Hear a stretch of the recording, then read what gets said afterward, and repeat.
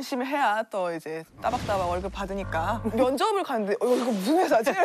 철거 회사 면접 가고 그랬거든요. 밥 그리고 춤을 이러셨어요. 월요병 퇴치 방법 중에 하나가 일요일에 출근하는 방법이 있어요. 근데 솔직히 딱 봤을 때 저희 중에는 좀 청년으로 보기에는 약간 좀 아쉬운 면들이 있어요. 그래서 진짜로 제대로 청년 하면 생각나는 그런 분이 한번 나오셨으면 좋겠어요. 그래서 오늘 아이디가 빨간 머리 직장인이라는 분이 나와주신다고 들었어요. 아이디부터가 뭔가 청년이다. 예, 젊습니다. 젊어요. 네.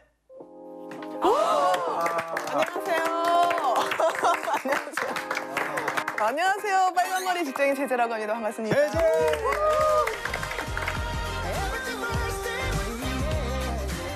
어머, 여기다 라면 내오면 딱이겠네요. 저는 인터뷰 하시는 모습 보면서 야 진짜 대한민국에서 인터뷰 제일 잘한다. 그렇죠. 좀 그 생각 많이 하거든요. 그러니까. 네. 준비된 거 열심히 해야 또 이제 따박따박 월급 받으니까. 아니 근데 제가 알기로는 병 감독님이 예. 제재 씨의 굉장한 팬이라고 알고 있어요. 정말요? 제재 씨를 한번 직접 소개를 해주세요. 2015년 SBS 보도본부 뉴미디어국 스포츠 뉴스 2기 인턴으로 입사하셨고 곧 너튜브에서 다양한 콘텐츠를 제작했고 글로벌 신문명 전파 프로젝트라는 주제 문명특급 아 대박. 네, 안 본 사람 없다는 문명특급 시리즈의 MC로 활약 2019년 SBS에서 상까지 받으셨어요.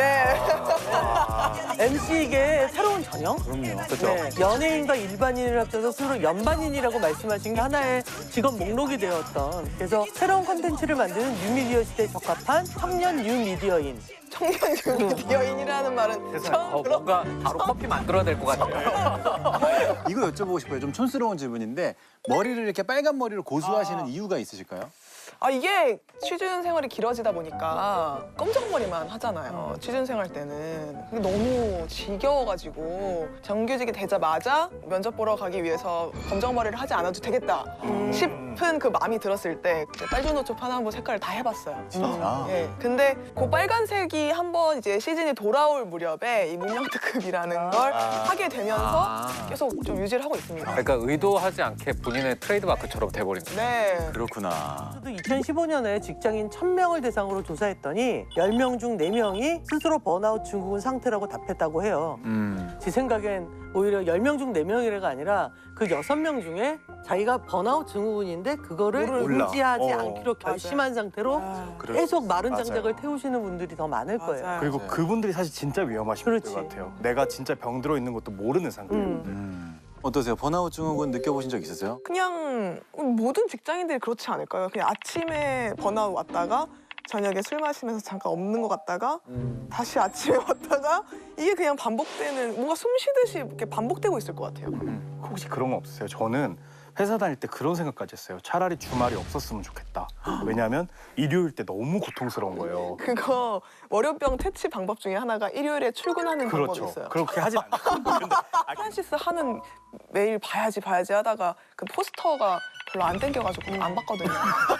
뭔지 알 것 같아요. 그닥 안 땡기더라고요. 너무 예술가 영화. 네, 너무 예술 약간 이런 느낌이 있어서 뭔가 그랬는데 왜 안 봤는지 좀 후회가 됐고 어떤 부분이 가장 현실적으로 와닿았어요? 영화 보면서? 수준을 하면서 이제 월세를 내야 되는 상황이 있었기 때문에 제가 친한 친구들은 대부분 이제 경영대 친구들이 많아서 일찍 취부를 했어요. 그래서 그 친구들이 재테크 고민하고 있을 때 저는 월세 고민을 하고 있으니까 미래를 그린다는 게 어떤 느낌일까 생각조차 못했던 때가 있었거든요. 그래서 그 부분이 굉장히 현실적으로 $1,200가 아니라 $900 아니었어? 중간에. That rent check for me? 950, right? Nope, 1,200. But I don't, when I moved in, we said 950. 큰일인데 저거 그래서 그러니까. 300 차이기면 너무 큰일인데 저거 어떡하냐면서 제가 막 다 전전긍긍하게 되고 I'm really sorry. Listen, you want to take over Nancy's position. Nancy, who works in the office? It's a day job while you figure out whether you want to choreograph or what. No, I'll get something else. 저도 이제 인문대다 보니까 진짜 취준 시장이 다 어렵다고는 하지만 그 중에서 그래도 좀 계급이 있거든요. 정말 최하위에 있는 게 인문대 여자애들인데 쓸 수 있는 직군이 없어요. 영업도 못해요. 그냥 영업 관리, 경영도 못하고 경영 지원 그런 것들을 보면서 이 프란시스가 중간에 사무직 제안 받고 이런 게 너무 공감이 갔어요. 하고 싶은 것과 할 수 있는 것 사이에 그 간극이 너무 크니까.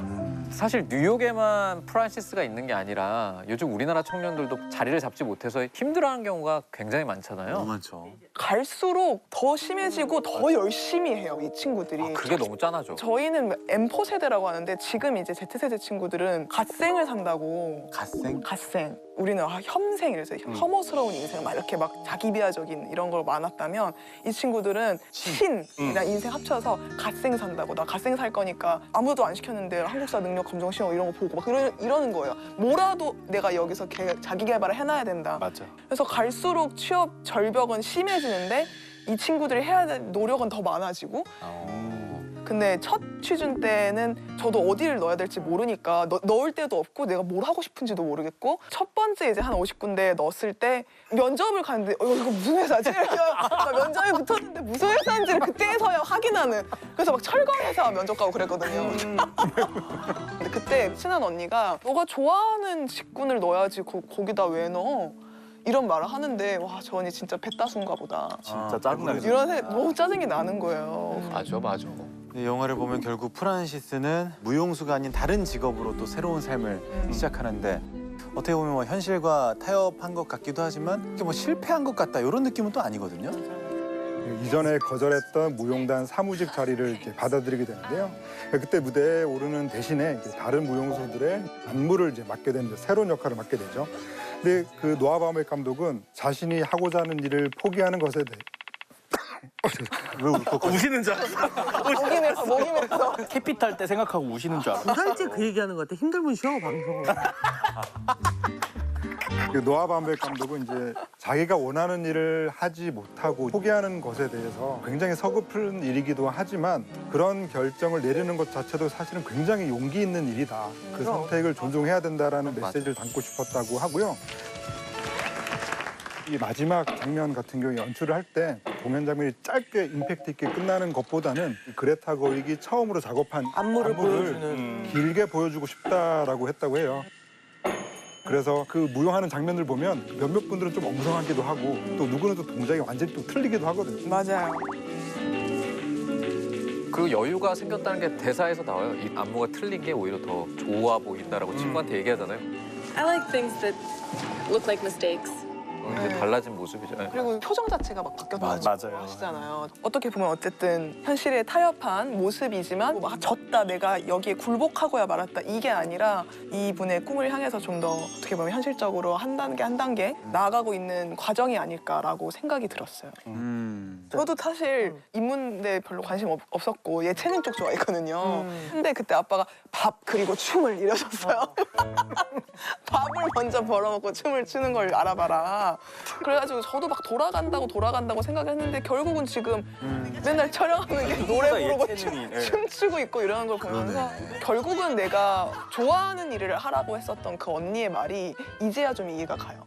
좋아하는 거를 어떻게든 이게 안 될 거라고 생각하지 않고 그 주변을 파다 보면 언젠가는 내가 그쪽으로 가게 되더라.